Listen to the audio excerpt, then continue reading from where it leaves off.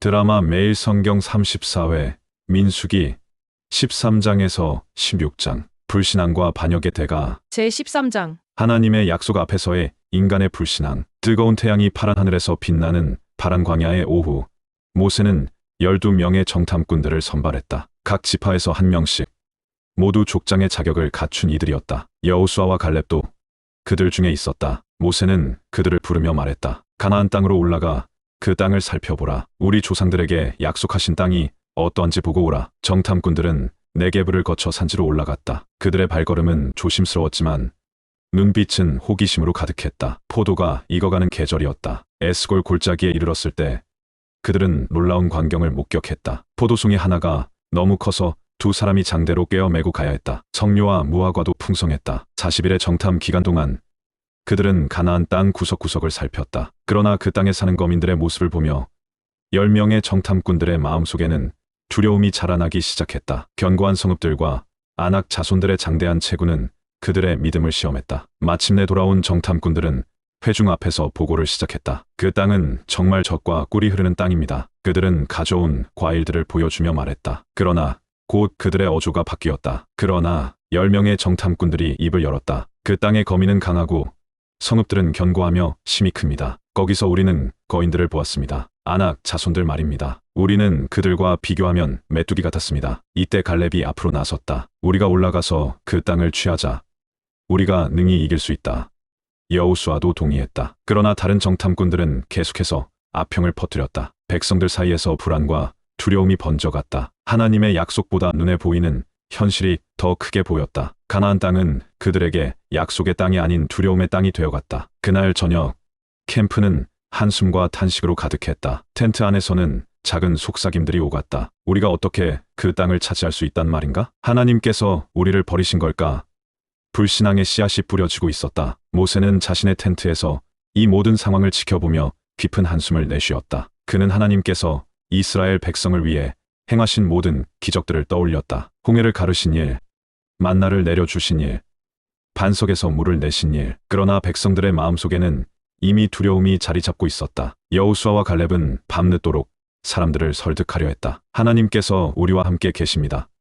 그분께서 우리를 그 땅으로 인도하실 것입니다. 그러나 그들의 외침은 불신앙의 소리에 묻혀갔다. 이 사건은 하나님의 약속에 대한 시험대였다. 10명의 정탐꾼들은 하나님의 능력보다 장애물을 더 크게 보았고 오직 여호수아와 갈렙만이 하나님의 신실하심을 신뢰했다. 이는 우리에게도 중요한 질문을 던진다. 우리는 삶의 도전 앞에서 무엇을 더 크게 보는가?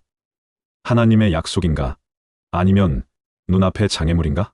제14장 불신앙의 대가와 하나님의 공의로운 심판. 그날 밤 이스라엘 진영 전체가 울음소리로 가득 찼다. 달빛이 구름 사이로 비치는 가운데 백성들의 탄식이 광야의 밤 공기를 가르며 퍼져나갔다. 우리가 애굽 땅에서 죽었더라면 차라리 이 광야에서 죽으면 좋겠다.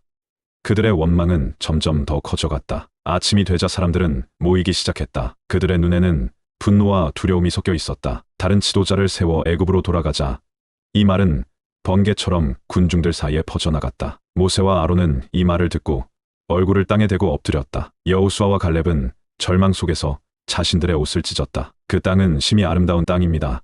그들이 외쳤다. 만일 여호와께서 우리를 기뻐하시면 우리를 그 땅으로 인도하여 드리실 것입니다. 그것은 젖과 꿀이 흐르는 땅입니다. 오직 여호와를 거역하지 말고 그 땅 백성을 두려워하지 마십시오. 그들은 우리의 밥이 될 것입니다. 그들의 보호자는 떠났지만 여호와께서는 우리와 함께 계십니다. 그러나 회중은 그들을 돌로 치려 했다. 바로 그때 여호와의 영광이 회막에 나타났다. 하나님의 음성이 모세에게 들렸다. 이 백성이 어느 때까지 나를 멸시하겠느냐? 내가 그들 가운데서 행한 모든 이적을 보고도 어느 때까지 나를 믿지 않겠느냐? 모세는 하나님 앞에 중보자로 섰다. 그의 기도는 하나님의 성품을 깊이 이해하고 있음을 보여주었다. 주여, 주께서는 노하기를 더디하시며 인자가 많으신 분이십니다. 주께서 애굽에서부터 지금까지 이 백성을 용서하신 것 같이 이번에도 용서하여 주시옵소서. 하나님께서는 모세의 기도를 들으시고 백성을 용서하셨다. 그러나 불신앙에는 여전히 결과가 따라야 했다. 내 영광이 온 땅에 충만할 것이며 애굽에서부터 행한 내 이적을 보고도 10번이나 나를 시험하고 내 목소리를 청종하지 아니한 그들은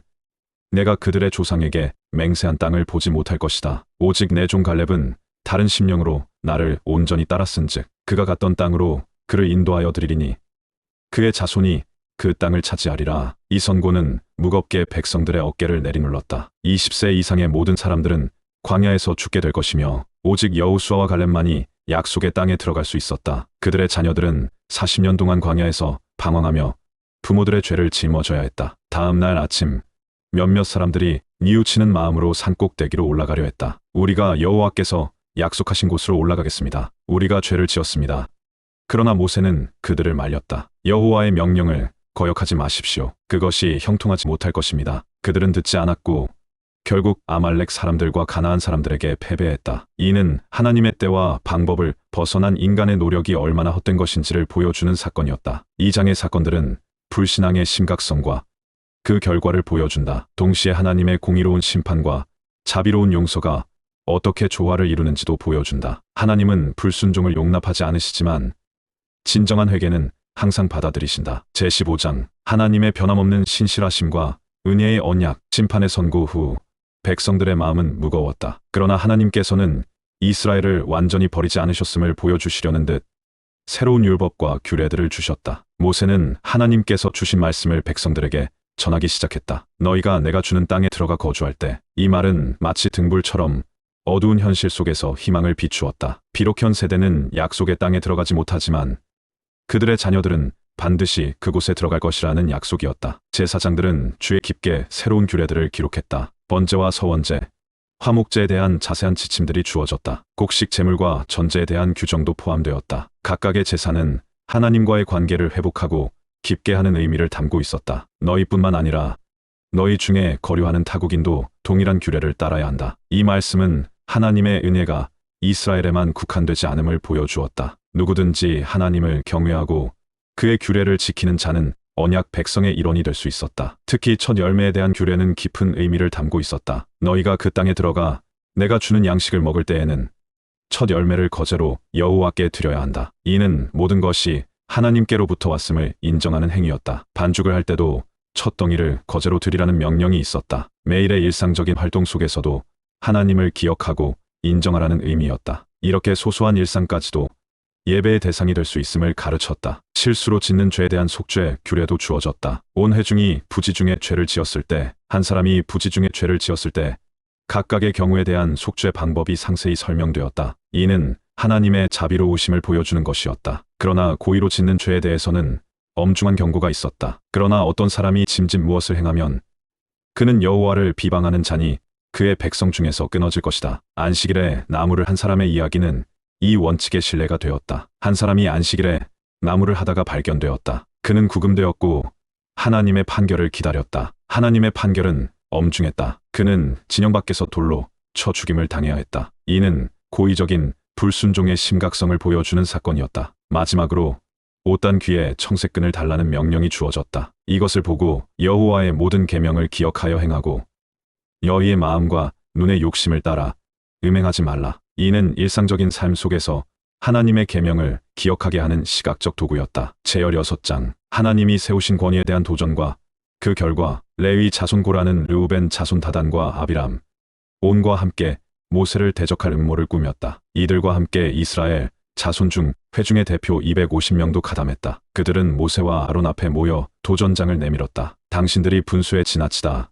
고라가 외쳤다. 온 회중이 다 거룩하고 여호와께서 그들 가운데 계시는데 어찌하여 당신들이 여호와의 회중 위에 자신을 높이는가? 모세는 이 말을 듣고 엎드렸다. 그의 마음은 무거웠다. 다시 한번 백성들의 반역을 마주하게 된 것이다. 그는 고라와 그의 무리에게 말했다. 아침에 여호와께서 자기에게 속한 자가 누구인지 거룩한 자가 누구인지 보이실 것이다. 모세는 그들에게 향로를 가져오라고 했다. 너희 레위 자손들아 들으라. 이스라엘의 하나님이 너희를 이스라엘 회중 중에서 구별하여 자기 앞에 서서 섬기게 하시고 회중을 대신하여 서게 하신 것이 작은 일이냐? 그런데 너희가 제사장의 직분도 구하느냐? 다단과 아비람은 모세의 부름에 응하기를 거부했다. 우리를 적과 꿀이 흐르는 땅에서 이끌어내어 광야에서 죽이려 하는 것도 부족하여 우리 위에 왕이 되려 하느냐? 하나님의 진노가 타오르기 시작했다. 여호와께서 모세와 아론에게 말씀하셨다. 너희는 이 회중에게서 떠나라. 내가 순식간에 그들을 멸하리라. 모세와 아론은 다시 한번 백성들을 위해 중보했다. 하나님이여, 모든 육체의 생명의 하나님이여, 한 사람이 범죄하였거늘 온 회중에게 진노하시나이까? 다음 날 아침 고라와 그의 무리는 향로를 들고 회막문에 섰다. 온 회중이 모여 지켜보는 가운데 여호와의 영광이 나타났다. 땅이 갈라지기 시작했다. 고라와 다단, 아비람과 그들의 가족들은 산채로 음부에 빠졌다. 불이 나와서 향로를 든 250명도 소멸했다. 이 심판 후에도 백성들은 다음 날 모세와 아론을 원망했다. 너희가 여호와의 백성을 죽였도다. 하나님의 진노가 다시 타올랐고 연병이 시작되었다. 아론이 향로를 들고 백성들 가운데 서서 속죄하기까지 14,700명이 죽었다. 이 사건은 하나님이 세우신 권위에 대한 도전의 심각성을 보여준다. 고라의 반역은 단순한 지도력, 다툼이 아닌 하나님의 질서에 대한 도전이었다. 동시에 이 이야기는 리더십의 본질이 무엇인지도 보여준다. 진정한 지도자는 자신의 권위를 내세우지 않고 오히려 백성들을 위해 중보하는 자임을 모세를 통해 배울 수 있다. 드라마 매일 성경 34회